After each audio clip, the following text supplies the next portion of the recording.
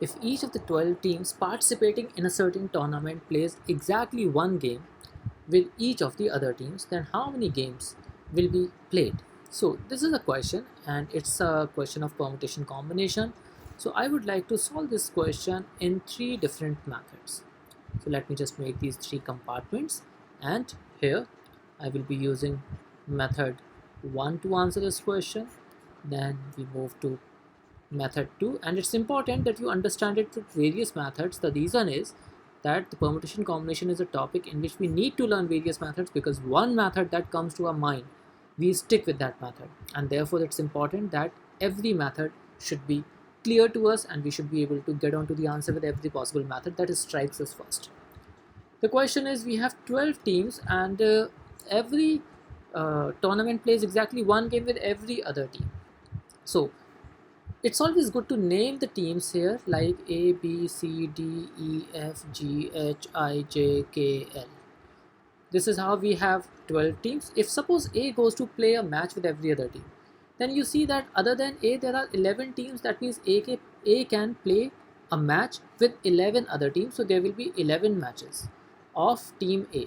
Now that means A is done. Now A can be ruled out. Now B has to play one match with every other team here. And how many matches can B play with now?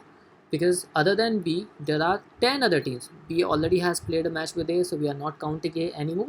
Now B has 10 other teams to play a match with, so B now can play 10 matches. C, similarly, now B is out of the picture. Now C has to play a match with every other team, and there will be 9 other teams. Then D will have 8 other teams. 7, 6, 5, 4, 3, 2, 1. Many students multiply them, but understand these are independent matches we are counting, so the total number of matches will be the sum of them. Now the sum of the consecutive numbers, there is also a formula, that's sigma n. That means sum of n consecutive integers can be given as 1 over 2n into n plus 1. So I can use that formula here to find the answer. So that will be equal to 1 upon 2, 11 multiplied by 11 plus 1, which is 12. So the answer is 66. Now we have our answer 66 right from here. Let's look at method 2. Method 2 says that every team has 11 other teams to play a match with.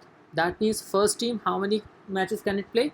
11 matches. The second team, the 11 matches. The third team, 11 matches.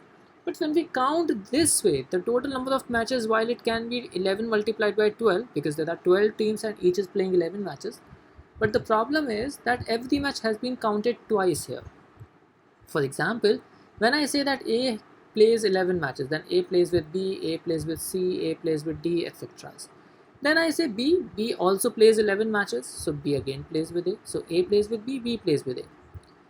Then when I count the matches of C, then C again plays with A. So you see, A plays with C and C plays with A. Every match is being counted twice, right? So therefore, in order to avoid the repetition of counting, we need to divide it by 2, and when we divide it by 2, the answer is 66. That means there will be 66 individual matches if each team plays exactly one match with every other team. That's method 2. Method 3. Method 3 basically prompts us to think about the requirement perspective. Now, what is the requirement for one match to happen? So the requirement is 2 teams. Every time if we have 2 teams, we can cause one match to happen, because every 2 teams can play exactly one match.